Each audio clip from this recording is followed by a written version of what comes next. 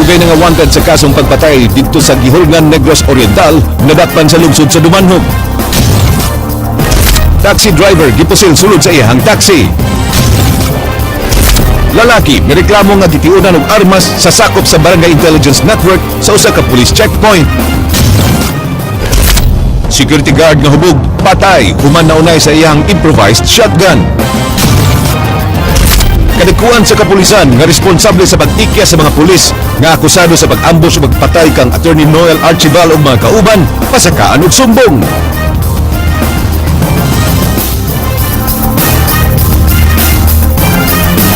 Mayong hapon Sugbo, Kabisayan, ani na mabalita uban ang kinatibuk ang puwersa sa News 5 Cebu karong adlong Biyernes petsa 13 sa buwan sa Marso tuig 2015. Ako si Dennis Tanok. Amo na nga ito na mas sa yung pagbalita inubanan sa mas komprehensibong impormasyon. Ako si Georgia Herrera. Niya sa Sugbo ang legal team sa Government of the Philippines aron ipasabot kung nganong kinahanglan nang ipasar ang Bangsamoro Basic Law kon BBL. Ilang giatagan og katinawan ang mga sayop nga pagtuo bahin sa BBL nga mikatap karon. Mitambong sa mong panagtagbo si Andrea Patenya. Buang miyembro sa legal team sa Government of the Philippines kung GPH panel sa grupo sa mga college students sa University of San Carlos aron ipasabot ang kamahinungdanon sa pagpasar sa Bangsamoro Basic Law kung BBL aron makabot na ang hingpit nga kalinaw sa Mindanao. Kung mapasar ang BBL, mugnaon ang Bangsamoro usa ka political entity nga mao'y muhulip sa Autonomous Region in Muslim Mindanao kung ARMM. Mahisakop ubos sa Bangsamoro Proposed Core Territory ang kasamtangang ARMM, syudad sa Cotabato ug Isabela, unong kalungsod sa Lanao del Norte ug 39 ka barangay sa unong ka munisipalidad sa North Cotabato. Mumugna dayon sila og ministerial form of government na panguluhan sa usa ka chief minister. Giklaro ni Attorney City Pendaton sa GPH panel nga way kamatuuran nga unconstitutional ang BBL kay matud pa gitugot ang pagmugna sa Bangsamoro sa Article 10 Section 15 sa 1987 Philippine Constitution. Daghan sab siyang mga misconceptions kung matud pa sayop nga pagtuo nga gipang koreher. Giingong ang Bangsamoro di usa ka independent state kundi usa ka autonomous region nga sakop gihapon sa Philippine territory. Di sab sila mamugos sa mga tao nga mahisakop sa Bangsamoro. Hindi po ipinipilit na lahat ng tao sa Bangsamoro sa proposed areas ay tawaging Bangsamoro. A person has to claim himself or herself as a Bangsamoro. Giingong di sa tinuod nga ang Bangsamoro, duna na unyay kaugalingong armed forces kay matud pa ang Bangsamoro Police sakop gihapon sa PNP. The Bangsamoro Police will be independent from the Philippine National Police. This is not true. If they want to enter the police force, they have to go to the process, selection and high price of the police force. And again, the Bangsamoro Police will be part of the PNP. Gisalikway sab niini nga 70 billion pesos ang ilang madawat gikan sa Malacañang alang sa first year of operation. Ang tinunan og pangu sa Federation of Muslim Students Association nga si Jamil Faisal Adjong miingon nga angay na gyud ipasar ang BBL ug giunta himuong rason sa mga magbabalaod ang nahitabong engkwentro sa Mama Sapano, Maguindanao. Well, they have to be rational instead of being too emotional, and they also have to be, kumbaga, they have to be fair and decisive on their decisions. Kasi kung dahil lang sa, for example, there are these politicians who has withdrawn their support or their authorship on the BBL right after, I mean, on the day na nangyari yung Mama Sapano. How could that be so rational? Si Cebu Archbishop Jose Palma miingon nga why official stand ang Archdiocese of Cebu sa pagpasar sa BBL apan matud pa kinahanglang di kini dali-daliun og pasar. It's not a simple bill, that you just say yes and no. There are many intricacies in the bill. There are many provisions that need to be studied. Even in the CPCP, what we're saying is, okay, we are for peace, but leave it to the experts, to study the bill. Gipasabot sab sa Arsobispo nga di manawagan ng CBCP o ang Cebu Archdiocese sa pagpakanaog ni Pinoy tungod sa engkwentro o kung doon naman gani mga pari nga nanawagan ni ini, ilarakadtong personal nga opinyon. If a bishop would say that, no, usually they would say this is a personal statement, not bringing, not saying this too is the stand of this diocese. Andrea Patenia, News 5. Midangob sa Talamban Police Station ang usa ka motorista human giingong gitiunan og armas sa usa ka sakop sa Barangay Intelligence Network nga miapil sa gipagayong checkpoint sa kapulisan. Ryan Sorote, Suginlimi. Gitugan sa reklamante ngadto sa kapulisan nga samtang nagmaneho siya sa iyang motorsiklo aron mopalit og pan, miagi siya sa checkpoint nga gipahigayon sa Talamban Police Station pasado alas 10 kagabi. Ging apil sa maong kalihukan ang usa ka Barangay Intelligence Network kon BIN ug kahit lang siyang gitiunan og revolver. Gilang maong BIN nga si Jenny Boy Basbas kinsa nangutana sa reklamante kung nganong nagpakusog siya og dagan. Tungod sa kahadlok, mihunong ang reklamante nga sumbal og pangutana kung unsa ang iyang violation apan way tarong tubag ang BIN ug nagpalaban sa ilang team leader nga si Police Inspector Marisa Basiga. Iya kung gitiunan sa iyang armas, hulbot siya gikan sa iyang bulsa. Pagkuot niya diri sug tiun ako. Nya kita mo nga revolver di sa akong kakuyaw. Nihunong ko ditso kay simba ko maboto revolver baya no. Nya Pangutana karon sa reklamante kung nganong dunay armas ug kung nganong gitugutan ang maong BIN nga magbitbit og armas sa usa ka checkpoint. Giulagway sa biktima nga di makaangayon og dakong hulga sa iyang kinabuhi ang gibuhat ni Basbas. Panginaot niya nga magmatno ng kapulisan sa pagpaapil og mga force multipliers sa ilang mga operasyon kay kini ang hinungdan sa kasamok. ang akong kakulba nag-abot with armas gud nagtion nya bisis mga siguro ang distansya makabot ra siguro tunako og unsa basta duol ra kayo gition niya diri pa sa dughan.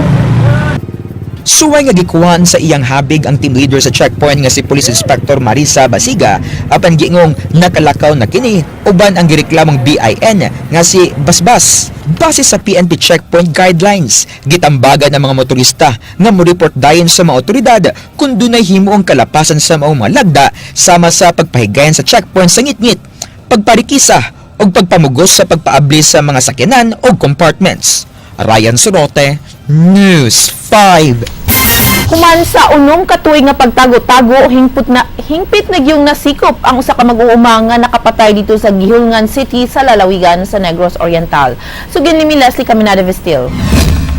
Bit-bit sa mga sakop sa Regional Special Operations Group 7 ang warrant of arrest batok kang Danilo Turno gikan kang presiding judge Mario Trinidad sa Gihulngan RTC Branch 64. Giserve kini kagahapon sa alas 2 sa hapon sa gipuy-an ni Turno sa Barangay Pakulog sa lungsod sa Dumanog. Dito na siya sa kuhan, nagtrabaho na siya sa Lapu-Lapu. Kaya mo nang gisunod dito sa Lapu-Lapu. So, magulian mo dito sa somewhere in Dumanog. Bukan may nakakuha sa asa napita sa barangay yun. Kuhan niya. Karoon lang nga lately, mga 1 week before, nakuha mo yung barangay. Naram siya sa balarag yun kay yun rin naman siya trabaho sa Lapu-Lapu. Nakapatay si Turno sa kaliwat siyang asawa nga ilarasab nga silingan human gipasingitan siya niini. Nakahilak ang dinakpan kay wa siya magdahom nga maabot ang adlaw nga sikupon siya sa mga pulis. Pagmahal, luha lang na ika. Mula gini tumpuan, servisuhan lang ko pila lagi hatad ako sa siya. Pero kay balugi kasi nung muna midangatan mo, nag-expect na yung gani. Nabalong, pero wak ko na primero dito, wak ko balong pag-iyaw na ako kay ipuan. Kung balong na ako ila ko gikiha, wala pa man. Mayroon man sila, pero mabalo sila na ako. Isip ko ng hawa ng kulito. Sutaon pasab sa kapulisan kung dudabay laing criminal record si Turno human sa giingong girekomendar nga ilakip kini sa listahan sa Gihulngan City Police Wanted Persons. Leslie Caminada Vestil, News 5. Mga sumbong ipasaka batok sa kadagkuan sa kapulisan nga responsable sa pag-ikya sa tulo ka pulis nga akusado sa pag-ambush o pagpatay nila ni Attorney Noel Archival ug mga kauban. Sila gipatawag usab sa korte alang sa hearing sa pag-issue og laing nga warrant of arrest sa mga akusado. King Perez, Suginlimi.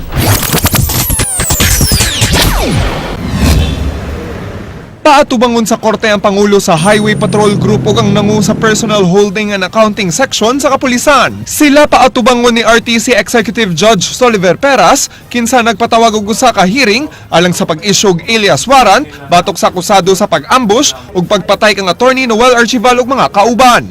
Wala madakpi sila Police Chief Superintendent Romualdo Iglesia, Police Senior Inspector Joselito Lerion ug PO1 Alex Bacani sa unang gi-issue nga warrant of arrest. Gikinahanglan nga moatubang ang tulo ka mga akusado alang sa arraignment aron kasugdan ang hearing sa kaso. Ang kaso nga unang gisangat atubangan sa korte ni Judge Maximo Perez sa Argao gibalhin sa RTC Cebu. If there's no arraignment, preliminary motions may be heard but eventually the case will be archived. Human gipasakaan og sumbong ang tulo ka mga pulis nga na-assign sa Sugbo, gibalhin sila dito sa Personal Holding and Accounting Section sa PNP Camp Crame sa Kauluhan. Apan dihang giserve ang warrant of arrest batok kanila, wa na kini ikita sa maong buhatan. Plano sab karon sa mga private prosecutors nga magpasaka og reklamo atubangan sa Napolcom ug Ombudsman batok sa mga sakop sa Personal Holding and Accounting Section sa Camp Crame. Manakaikyas ang tulo ka mga akusadong pulis nga hangtod karon gipangita pa sa mga otoridad aron manubag sa kamatayon ni Attorney Noel Archival ug mga kauban. King Perez, News 5.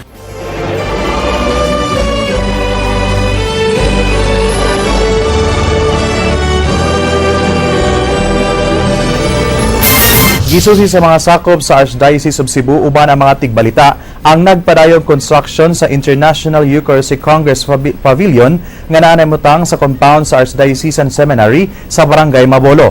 Atong tan-awon ang kalambuan sa construction sa maong pavilion uban ni Andrea Patenya. Gipakita sa mga kadagkuan sa Archdiocese of Cebu ang labing uwahing kalambuan sa pahigayunan unya sa mga kalihukan sa International Eucharistic Congress nga mahitabo sa buwan sa Enero sunod tuig. Matod ni Engineer Adonis Gabutin sa Duros Development Corporation, as of February 28, 50.86% na silang kumpleto sa pavilion ug naguna pa sila sa ilang schedule. Gikatakdang mahuman ang proyekto karong umaabot nga September 30. Ang Duros Construction maoy ni gasto sa tanang balay runon sa construction sa pavilion sa kondisyon nga duna sila usufructuary rights kung makagamit sila sa bahin sa seminaryo sud sa 25 ka tuig. Yes, we are confident with the guidance and help of RLB. We are confident to complete the project and the only challenges that we'll be facing siguro weather lang. Dunay gisumpay nga laing building alang sa secretariat sa maong pavilion. Diin ang plenary hall dunay floor area nga 18,546.42 square meters ug dunay tulo ka levels. Ang parking area maka-accommodate og 200 kasakyanan. Ang second level mao ang main hall samtang ang ikatulong level alang sa gallery.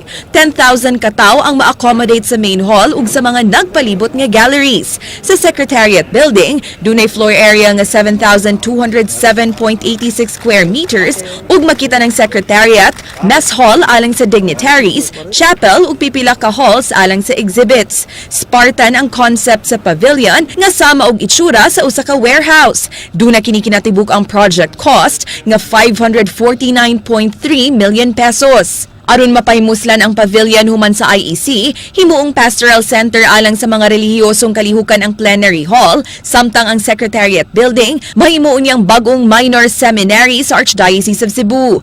Ang galleries himuon niyang opisina sa Jerome Bible Center ug sa Dilaab Foundation. Gipanglantawan sab nga himuon kining evacuation center in kasog dunay mga katalagman. Kay ang Duros Construction maoy migasto niini ang 250 million pesos nga budget nga gitigom karon sa kaparian i-allocate na alang sa operational expenses sa kalihukan. 100 million pesos niini ang gitinguhang kuhaon gikan sa registration fee sa mga partisipante, samtang ang nahabilin nga budget kuhaon sa piso para sa Misa ng Mundo fundraising campaign nga sa labing uwahing ihap miabot na og 5 million pesos. Laing source sab sa budget mao ang mga sponsors. Mato ni Cebu Archbishop Jose Palma, bukas silang mudawat og donasyon gikan ni bisan kinsa apan kinahanglang wide donors nga tabang alang sa pamulitika. We discourage any form of support that has strings attached. Like any form of support. In fact, it's kind of funny. When people were saying, of course, we welcome any support. But if you support, don't expect that we will give you a special chair.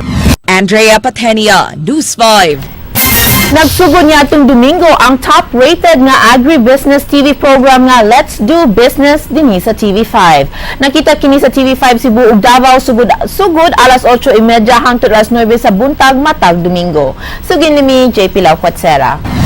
Well, unas tanan, I'm very happy, excited that the top-rated agribusiness TV program Let's Do Business nakaroon sa TV5. And I am inviting sa tanan nga mga nagsunod ni nga programa for over 8 years. So please watch Let's Do Business. Mas gi patindi, mas pinagaling ang atong programa.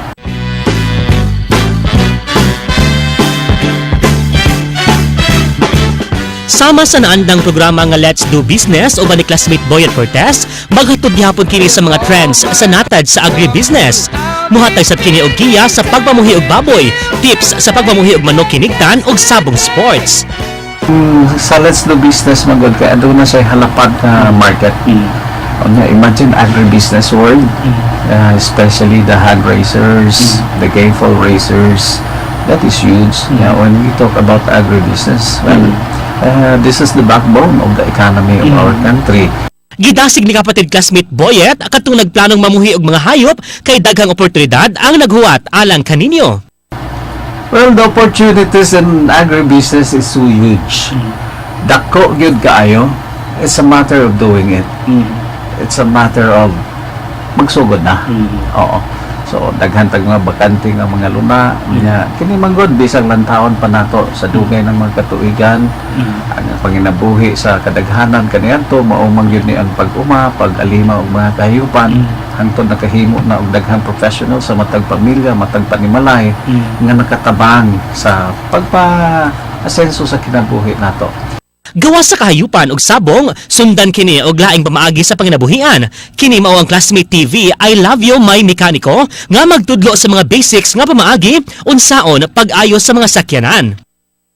Mga classmate, I am inviting you to please watch Let's Do Business 8:30 to 9 in the morning. It's all about pag-uma, pagpamuhi og kahayupan. Apil na diha ang atong pagluto-luto, culinary arts.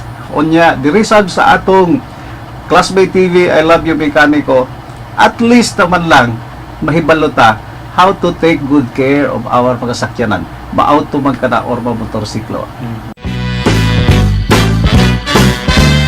JP Laucat Sera na nagsasabing, ang lahat ng iyong kakainin, malamang sa kaldero manggagaling. Agay! Miss 5!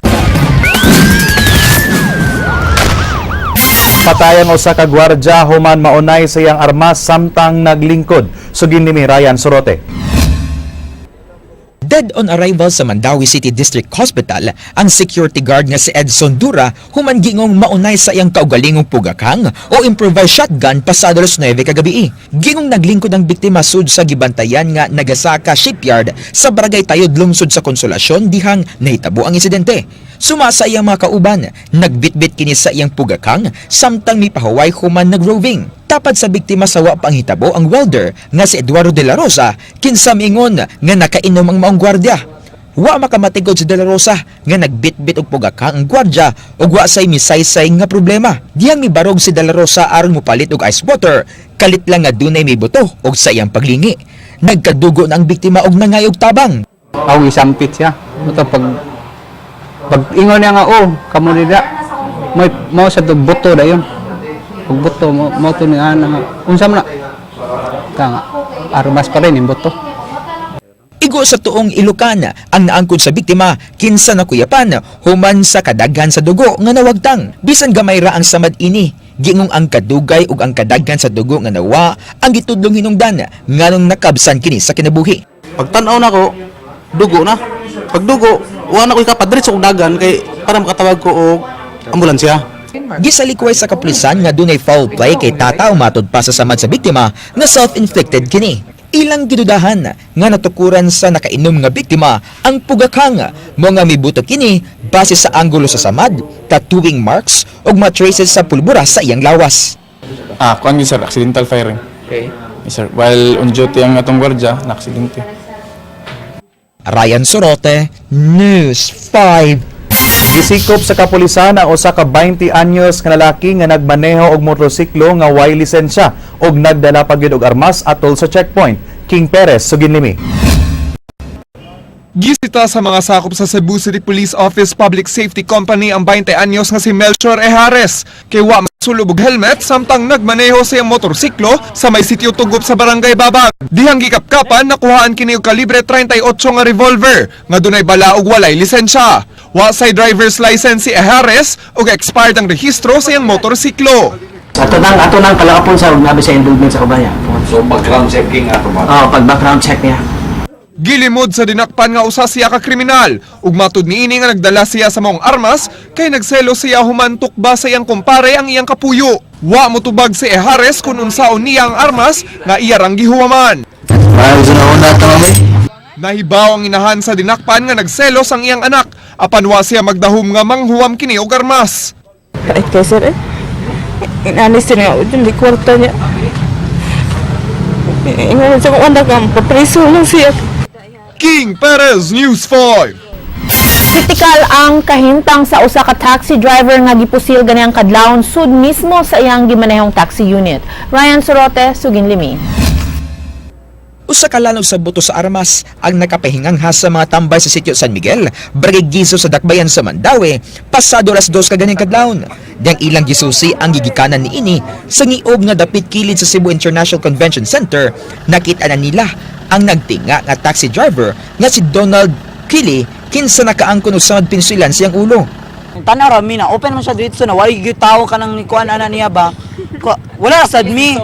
Naibong mi ana niya na kanang tagtaura na siya dira ba, murag nabahaw na siya. Pinagi sa tabang sa ubang taxi drivers nga migamit silang radio system, miabot kining rescue team o gitabang ang biktima o gidala sa tambalanan. Way tingog-tingog ang biktima tungod sa iyang kahimtang. Way nakakita sa nagpusil sa biktima tungod sa kamingaw sa hitabuan. Holiday taxiing unit sa biktima nga dunay body number nga 0598 o plaka nga GXJ 689. Di ra layo sa hitabuan ang garahian, ingon man tambayanan sa mga driver sa holiday taxi. Mo kabantay sa nga nana siya kontra. O mikibaw na nabay kontra din dapit. Basta kay ani na siya kasagaran mo standby yan. Sa gihimong investigasyon nasuta nga nukad gawa sa driver's seat ang gunman base sa gunpowder residue sa bintana sa driver's side ug ang giagian sa bala. Gisalikwes sa kapulisan ang posibilidad nga suway nga gitulis ang biktima kay wa mahilabti ang iyang mga gamit og kwarta. Nasuta sab nga wa magdagan ang meter sa taxi ti mailhan nga di pasahero sa biktima ang mipusil kaniya. Posible sab nga kailara sa biktima ang gunman kay iyang giabihan ang driver's side window una ang hitabong pagpamusil. Ryan Sorote, News 5. Nadakpan sa kapulisan sa lungsod sa Minglanilla ang usa ka lalaki nga giingong maoy tig carnap ug motorsiklo dinhi sa Metro Cebu. Ray Pasaporte, Sugin Limi. Nakadawat og impormasyon ang hepe sa Minglanilla Police Station pasado alas 5 kagahapon sa hapon nga nasigpatan sa Barangay Kalahuan nga nagdala og motorsiklo si Harcel Maglalang, 21 anyos, kinsa kasamtangang nagpuyo sa Sitio Bakay sa Barangay Tulay apan lumad nga taga Pampanga. May operatives na akong kuyo na mga operatives ko alert team. Napag-request na nakuha siya armas din kaniyang gamit na sa Paraphernalia. Nabawi sa posisyon ni Maglalang kining kulor itom nga motorsiklo nga gipanag-iya ni Nunieto Pilinio nga nagtrabaho sa korte. Atol sa interogasyon, mitug-an ang dinakpan nga duna pa siya'y laing gikarnap nga XRM o gibaligya niya sa usa ka Pedro Abarquez sa Sitio Ilag sa Barangay Cantabaco, Toledo City. Kining puwa nga XRM gipanag-iya sa usa ka Aurelio Reponte nga taga Dakbayan sa Naga o gikawat ni Maglalang ni adtong Marso 7. Mitug-an ang sospek nga di padugay siyang nangarnap human naglisod sa pagbuhi sa iyang duha ka mga anak. Wa hinuon niya ang kuna ang usa ka pakete shabu ug paraphernalia nga nakuha sa gikan kaniya. Puwan mo yung unang gikawat nimo. Oh, si Mana Kapin. Si Mana Kapin. Pilay mo maligya ditong Pedro. 3,000. Usay pamaagi i-action ko na usay pamaagi nimo pagkuha sa nimo pagkuha ning motor nga Kuan niya kana sudlan ra siyawi ba. Nagtuo ang hepe sa Minglanilla Police nga gawa sa pagpangarnap ni Maglalang. Posibleng duna kini laing mudo sama sa pagpanulis kay gitangtang man ang plate number sa itom nga motorsiklo. Daan na sab nga dunay record sa ilang buhatan si Maglalang.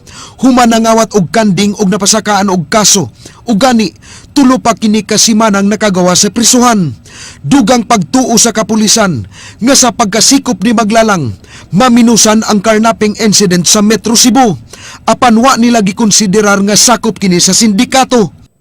Actually sir, akong giawag mga katawan sa tibok probinsya sa Cebu, diba? Cebu City kay kaning nangarapay sa atong area, nakakarnap sa Cebu City. So dili lang ta mo base dire basin pag napay mga biktima. So akong giyang yung katong mga katawan o nakakita karon sa atong programa, paliw lang mo are sa police station base ga-identify ang suspect, base kani mo yung mga suspect sa inyong mga motor, cycle nga gikarnap. Ray Pasaporte, News 5. Pump boat nga gikawat sa dakbayan sa Danao na uli ra human masikop ang nagkawat niini nga nabantayan sa pag-umangkon sa Tag-iya. Nabalik ang Joel Lato nga taga Barangay Ginsay sa dakbayan sa Danao ang iyang pump boat nga gikawat ganihang kadlawon. Ang pag-umangkon niini mo'y nakabantay nga gisakyan og laing tao ang pump boat sa iyang uyuan. Nagtuo ang maong pag-umangkon nga iyang uyuan mo'y nagdala sa pump boat apan sa dihang iya kining gitawag, wa kini mitingog hinungdan nga nagduda na siya nga gikawat ang pump boat sa iyang uyuan. Ila nadakpan ang kawatan kinsa giila nga si Prisciliano Hiango, 41 anyos, taga Tabuk, Kamalig Bato sa Nesgutang, Dakbayan. Ko sa kuan dito sa may Isla Verde. Dito dapit? Oo. Nya. Nya. Sa may imong gikuha? Nanguha kog bakasi ba? Nya. Nya. Magbanog na ako sa ispat. Nagbanugan man akong pamut sa kong yoyo. Mao to akong gigukod. Unsa dito orasan? Mga alas 3 ka to. Sublan. Akong gigukod, banugan man ako. Akong isangpit nga, yo, asa magayo. Wa man di mo tingog, di man di akong yoyo di ay. Matagingan, uy, imo man nagikawat ang pamut sa kong yoyo. Mao to akong gikuha din ako.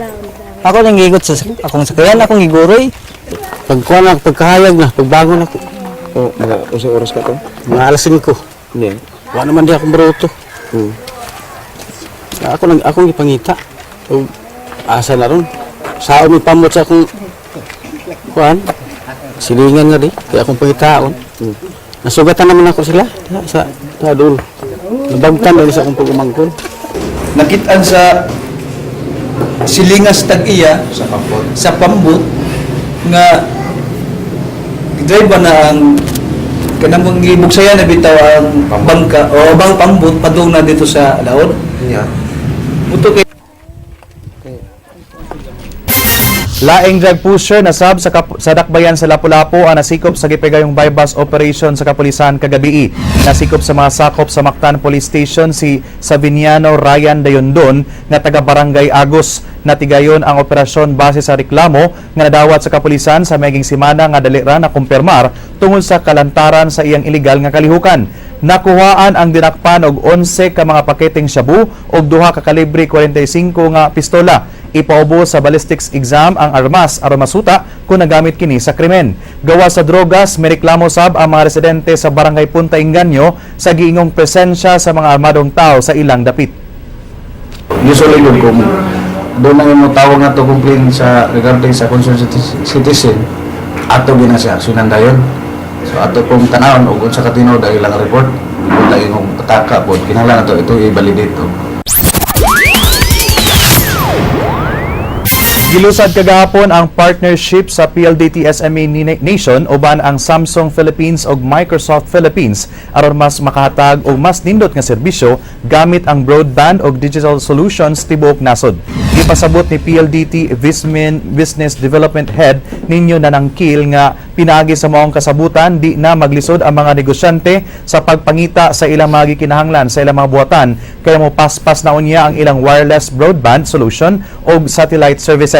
Kung ang usa ka business establishment mo-avail sa ilang serbisyo, di na mahasol sa pagpangita og gadget og software kay ang ana-ana ang 3-in-1 service sa PLDT. Gani atol sa paglusad sa bag-ong produkto, gigamit kining Microsoft 365 nga capable sa teleconference. It will be a one-stop shop for them, wherein as they come into PLDT, they don't need to worry anymore about where they get to have their to get their hardware, where to get their applications, because we tailor fit already what is necessary for the business entrepreneurs.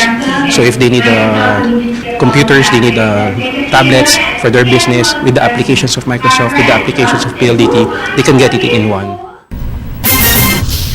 Duha ka mga graduates gikan sa duha ka eskwelahan sa Sugbo ang meet-up sa Mechanical Engineering Licensure Exam. Unsa kay ilang sikreto sa pagpasar? Sugin nimi Andrea Patenya. Ang duha ka mga examinees mao ang top 3 nga si Chernan Madugay gikan sa University of Cebu nga nakakuha og 89.65 nga rating ug top 4 nga si Michael Wenceslao gikan sa University of San Carlos nga dunay rating nga 89.45. Naila-ila sa News 5 ang 21 anyos nga si Michael nga lumad nga taga Ormoc, Leyte ug anak sa usa ka pulis. Mato ni Michael, bata pa lang siya, ganahan na gyud siya og math, mao nga nakahukom nga mokuha og kurso sa engineering. Kay mura mo siya puzzle, mura siya kung mag-solve kag math kay mura na siya nangita kag puzzle o kanang nag-solve kag puzzle ba. Mura ni nga masad mag-analyze ba rin. Labi nagmakuha ni mga answer, di na kamalingaw og maayo kay makuha ni mga answer dahil sakto. Mato ni Michael, siya way kalainan sa mga estudyante nga na-addict sa computer games, hilabi na ang Dota. Apan iya kining gisakripisyo aron makafocus sa pagtuon, dihang gihimo na niyang review sa board exam. Tambag niya sa mga examinees, kung magsugod na gani og review, tangtangon gyud ang tanang distractions. Kana sang magduwa og kanang computer games ako na nagitangtang kanang na ako'y install na COC kanang Clash of Clans ba sa Facebook pero nagduwa ako kadali na to, nag-review pa ko pero ako nagitangtang katong mga 1 month before sa kuan. Tanan gid akong gipangtangtang dapat ang imo gyud buhaton day to day kay about ra gid sa exam mo ride ko kanang jeepney padong diri kanang time ako sa nang utilize mag-memorize kog formula padong adto. Ang kani chairman sa ilang department nga si Edwin Carcasona mao'y nagsilbing mentor ni Michael ug ni atong estudyante pa lang kini nakita na niya ang potensyal sa batan-on. So, unsa may qualities nga nakita niya, Sir Number? Kanang ang analysis. May kanabi kang dili magtuyok-tuyok ang solusyon. Diretso ba? Dunay tip nga gipaambit si Professor Carcasona ngadto sa mga examinees nga mao'y usa sa sekreto kung nganong nakatop si Michael ug ilang kanhi top-notchers. Mas maayo nga kaduha magpa-enroll sa review classes sa di pa mo take sa exam. Ang punto manggod na is dili nimo makuha ang makover tanan in a span of 6 months. No? So to give more confidence mo na among advice. Samtang tambag ni Michael sa mga mutig og board exams nga kanunay gyud nga moaim sa number 1 spot ug di lang ang pagpasar mao'y himuong target aron malikayan ang pagkahagbong. Andrea Patenia, News 5.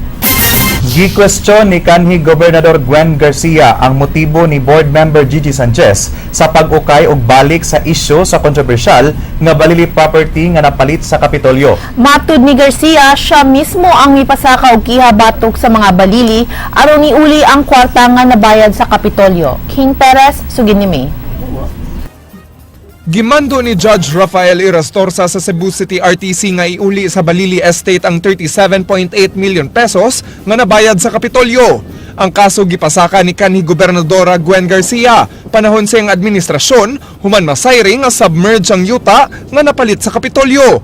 Gi-question sa kanhi Gobernadora ang motibo ni board member Gigi Sanchez human siya nagmalampuson sa pagbawi sa kwarta nga gimando na karon sa korte. Ang kaming mga newspapers speak otherwise. In fact, doon na po'y gibutangan niyo nga, Gwen insist on keeping Balili Beach lot. So it was quite contrary to what appeared and what were the statements given yesterday. Now, as to whatever foundless accusations or baseless accusations board member Sanchez may want to raise, I am just asking the question, nganong agrabyado pa man ni sila nga in this particular instance nakadaog man ang Kapitolyo? Is it really is it really because this goes more than that nga this has become a political issue for them over and above what is good for the capital and for the province? Apan alang kang Sanchez, adunay igong basehan kung ngano nga susihon pagbalik sa provincial board ang kontrobersyal nga Balili properties. Iyang gipakita ang usa ka dokumento sa executor sa Balili Estate na 65 million pesos lang ang dawaton sa seller sa pagbayad sa yuta. According to this document, which is yet to be verified ang ulang klaruhon, 65 million ray dawaton sa Balili heirs. So this is a document signed by the Balili family, signed by all of them, Amparo and Romeo Balili, stating na 65 million ray dawaton sa seller. So it was quite alarming to me nga I felt the need to further investigate. Ang dokumento sa ka-agreement sa mga executor sa Balili Estate tali sa mga broker nga gitahasan sa pagbaligya niini. Ang dokumento pinetsahan og December 26, 2003 ug wa pa maggobernadora si Garcia ug wa pa mabaligya ngadto sa Kapitolyo ang yuta. Gilatid sa maong agreement sa mga broker ug seller na 65 million pesos lang ang dawaton sa mga executor sa Balili Estate sa selling price niini nga 85 million pesos. 10 million pesos ang incentive sa mga broker, samtang ang laing 10 million pesos bahinon sa seller ug pundok sa mga broker, human kinikuhaan sa gasto sama sa capital gains tax, documentary stamp tax, transfer tax, real estate tax ug uban pang magasto sa transaksyon. Ang Balili Estate napalit sa Kapitolyo sa kantidad nga 98.9 million pesos. She can say anything that she wants. Why don't you also ask her why they had a falling out with her own father? You know, these things, these are beyond even what intelligent people should discuss.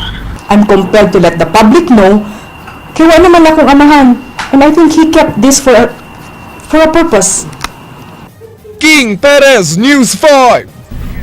Mao kadto ang mabalita sa Aksyon Bisaya kini si Dennis Tano. Daghang salamat, ako si Georgia Herrera. Bisan asa, bisan karos kapatid. Kanilang kutob sa balita, Aksyon! Aksyon!